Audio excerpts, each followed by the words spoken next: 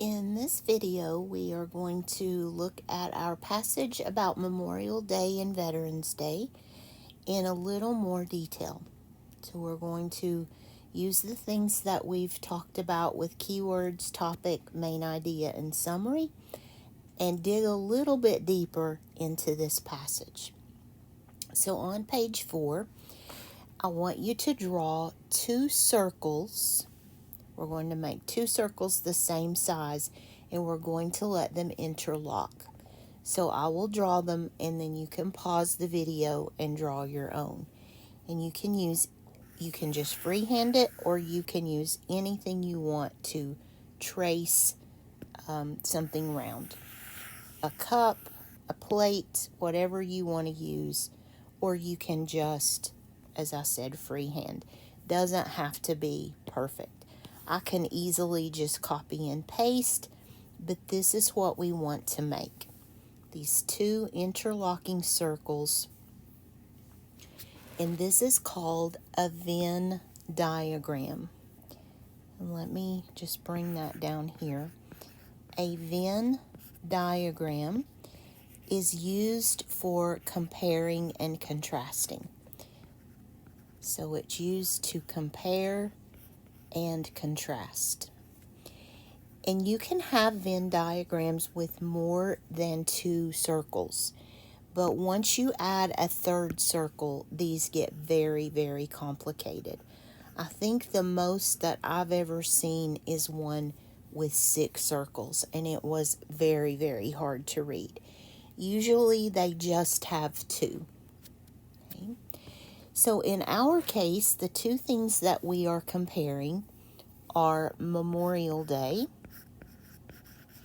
So I'm going to put that on one side of my Venn diagram. And on the other side, I'm going to put Veterans Day.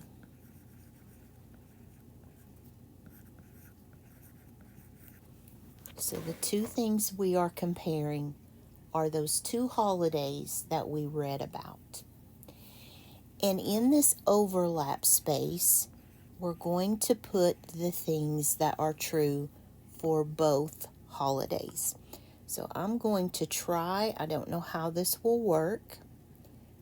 I'm going to try to color this section in green. And this is a science question, but do you know the 2 colors that are necessary to make green? And actually, I wonder, bear with me just a second. I'm going to try something here. I'm not sure that it will work, but we'll see. Yellow and blue make green. So let's see if we can see that happen here on this Venn diagram. So I'm going to color this one circle yellow. And this may not work at all, but if it does, it will help you to see that concept of both. So here's a yellow circle that's going to represent Memorial Day. And then on the other side, I want to do a blue circle that will represent Veterans Day. And when they cross, it might work when I let go of the pen. It's this blue-yellow area that will turn green, and that's going to be our area of similarities. So in the blue circle, we're going to have things about Veterans Day. In the yellow circle, we're going to have things about Memorial Day, only Memorial Day. And then in that middle area, hopefully you can see that green shading that's coming in there. That's where we have the mixture of the 2. Oh yeah, it did work. Okay, I wasn't sure if it would, but yellow and blue make green when you mix them. So this Venn diagram doesn't look very good, does it? I've got some excess over here, but that's okay. So let's look back at our passage and see if we can figure out the things that go in the middle. Let's do the both things first. So it says that both are important holidays in the United States. Both honor people who have served in the military. So those are some similarities. Down here's another one. While both holidays show respect and gratitude to military personnel. So those are the similarities. And let's come back over here and write those in the middle. So these are American holidays, United States holidays, you could also say. They honor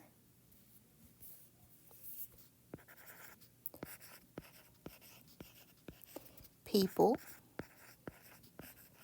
who served in the military. And we know that we call those people veterans.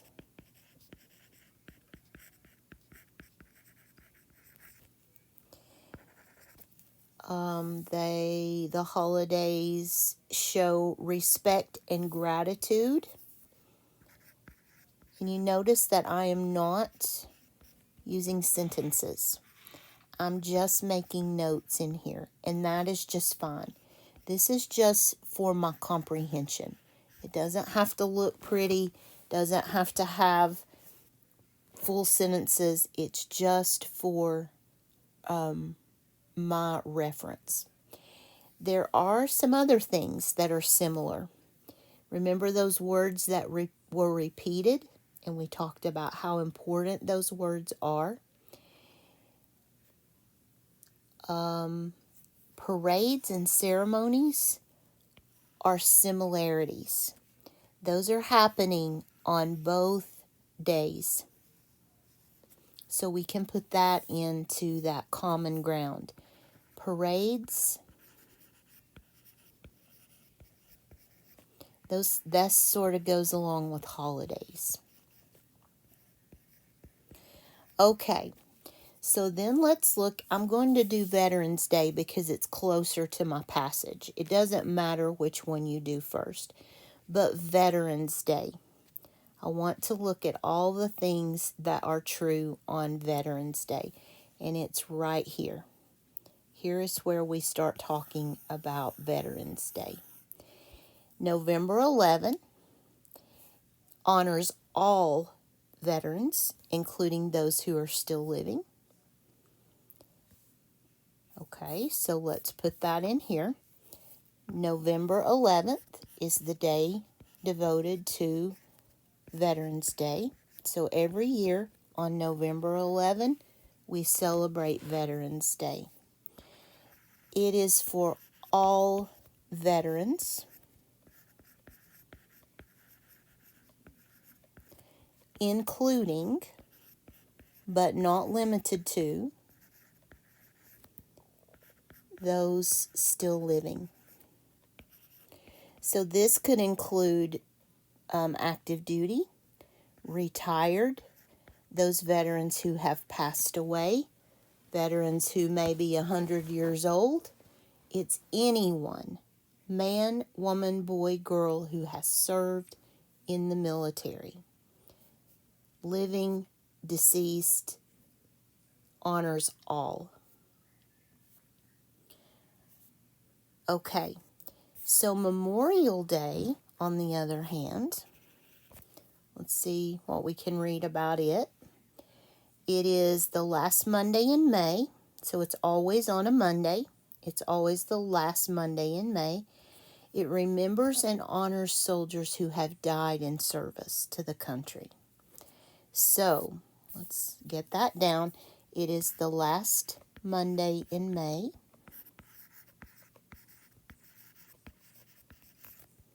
Every year. So we could say that these are yearly American holidays. They happen every single year. Memorial Day is the last Monday in May, and it honors veterans who died.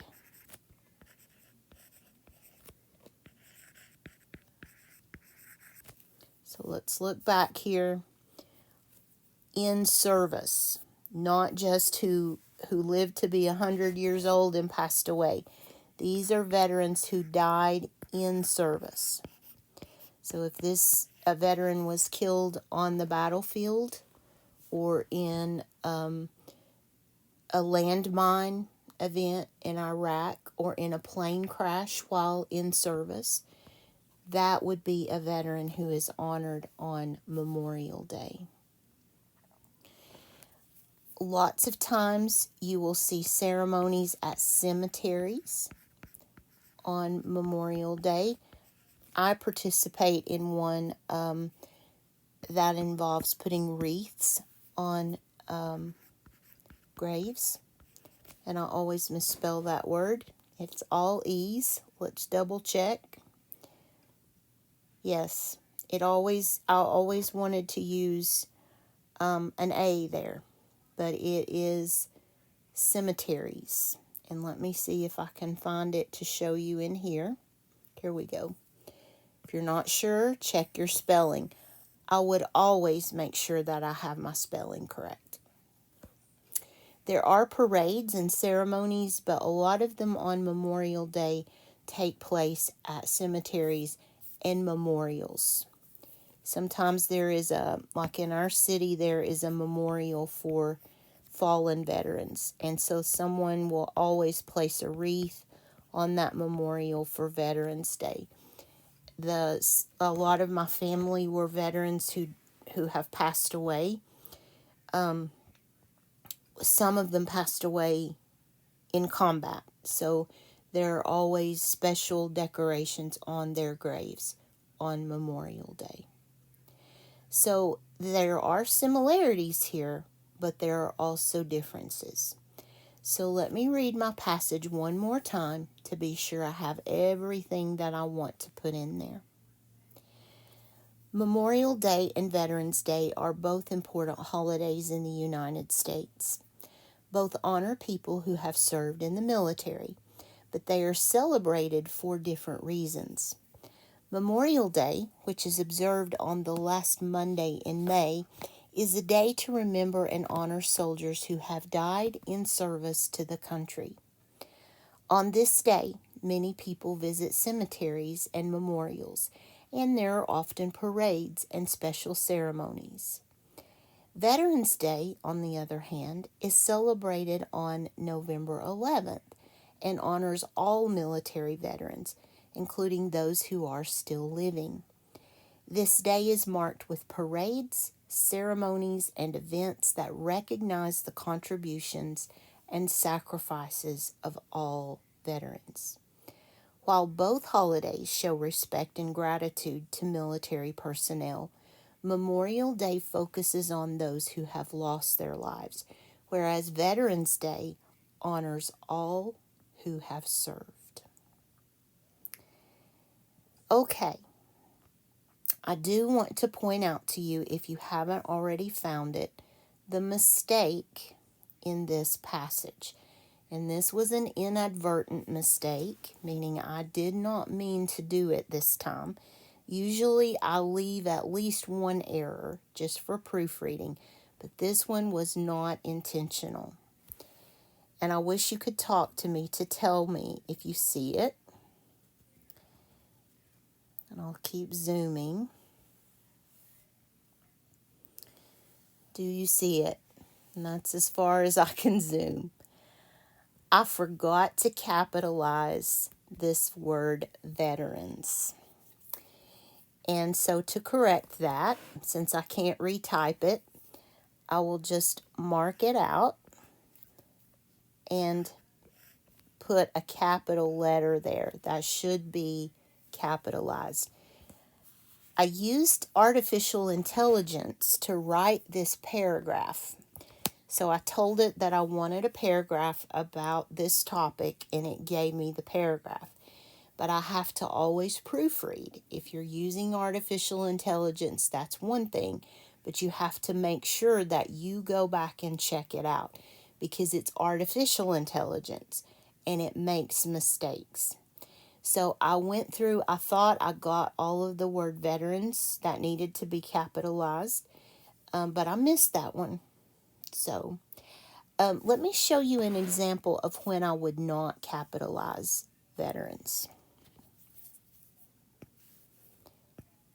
Let me move this up, because there are times when that word is not capitalized, and I don't want you to think that it always would be.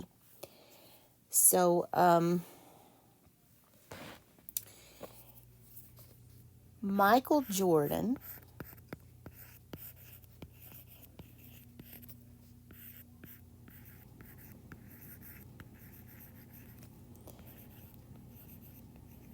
was a veteran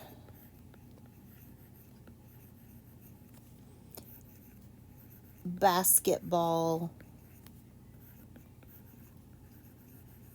star. In this case, I did not capitalize veteran because it is not talking about someone who has served in combat. In this case, veteran means that he was not a rookie. He had played for many, many years. I don't want to say an old player, but because old seems to reference age. You could say old player. He's been around a while, but not necessarily old in years.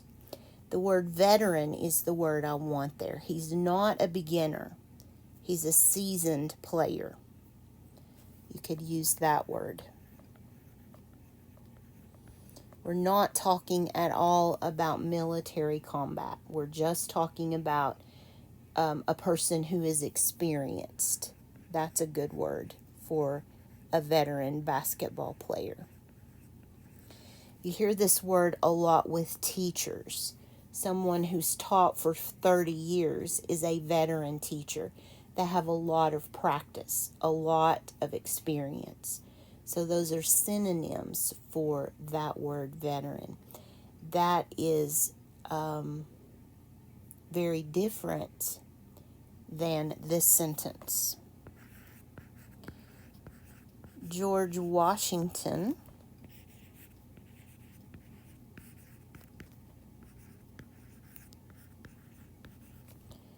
was a Revolutionary War, so we want to capitalize that. It's a proper noun, specific war, veteran. George Washington fought in the Revolutionary War. He did not die in the Revolutionary War. This type of veteran does not have to have passed away, just have seen active service. So there are lots of rules of capital letters. Capital letters mean something. These are proper nouns. Michael Jordan is a specific man. George Washington is a specific man. Revolutionary War was a specific event. This type of veteran has military service. This type of veteran just means seasoned or practiced, experienced, not a veteran of war. Okay, I hope this has helped you to understand a little bit more about compare and contrast. It's an important skill. It's not the easiest reading skill. It takes a lot of practice. But if you follow the scaffolding method on page 5, where you think of keywords, topic, main idea, and summary, and you go through those steps every time, you will become a better reader. So thank you for joining me for this lesson, and I'll see you next time.